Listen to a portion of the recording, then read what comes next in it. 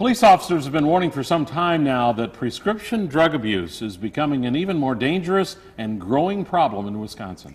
They say the danger lies in how people perceive it. So what's being done to combat the abuse? Well, as Fox 11's Bill Miston found out, that requires a bit of help from everyone: police, doctors, and you. Generally, if you go to the hospital, you're in some type of pain. About 70% of the patients we see in the emergency department are here related to some sort of painful condition.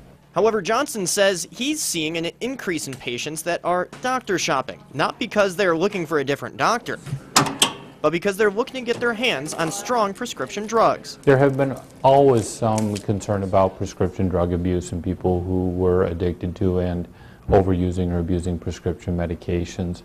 But there has been a shift in the pattern of how much of it we're seeing over the last decade. It's called the White Paper on Drug-Seeking Behavior. And police are aware of the shift too. Over the last 10 years across the United States, we've seen an 80% increase in the number of abusers of prescription drugs. That's why these 30 law enforcement officers are learning methods to combat prescription drug abuse. Weber says narcotics like oxycodone, stimulants like Adderall, and sedatives or tranquilizers are the most commonly abused prescriptions.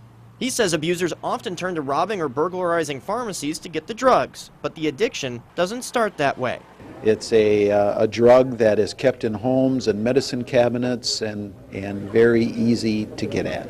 That's why Johnson says doctors have made changes over the past couple of years. When I started doing this, we would routinely prescribe 40 or 50 pain pills.